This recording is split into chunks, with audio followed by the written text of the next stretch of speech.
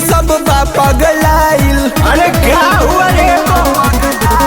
सावन के पावन महीना बयाइल, पी के चिलम सब बा पगलाइल। लहे लहे कटत डगरिया बा,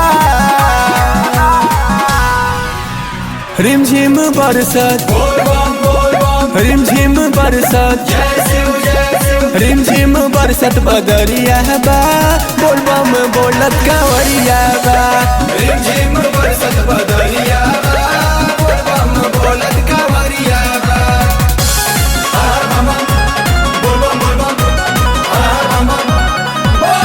बोली बोली शंकर भगवान की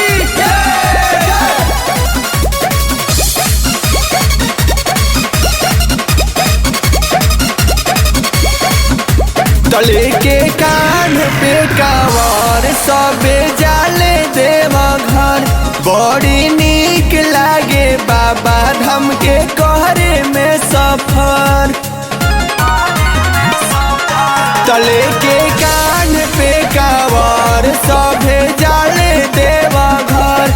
बड़ी नीक लागे बाबा धाम के कहरे में सफर। होता महादेव के देख जयकारी, भीड़ भइल बा हद से भारी। चढ़ल भक्ति के ताजा लहरिया बा,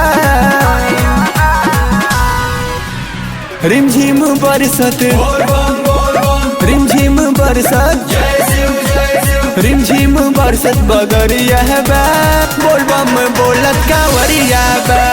रिमझिम बरसत बदरिया बा, बोलबम बोलत कांवरिया बा।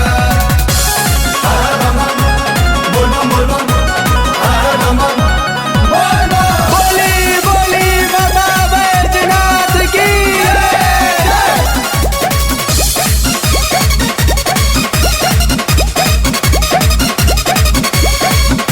तो सब बम लहरी के होई जाई मोहन परसान।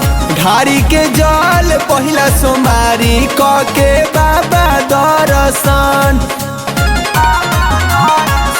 तो सब बम लहरी के होई जाई मोहन परसान। ढारी के जल पहिला सोमारी क के बाबा दर्शन।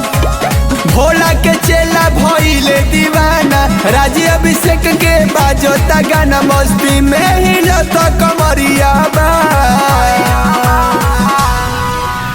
रिमझिम बरसत, रिमझिम बरसत, रिमझिम बरसत बदरिया बा, बोलबम बोलत कांवरिया बा।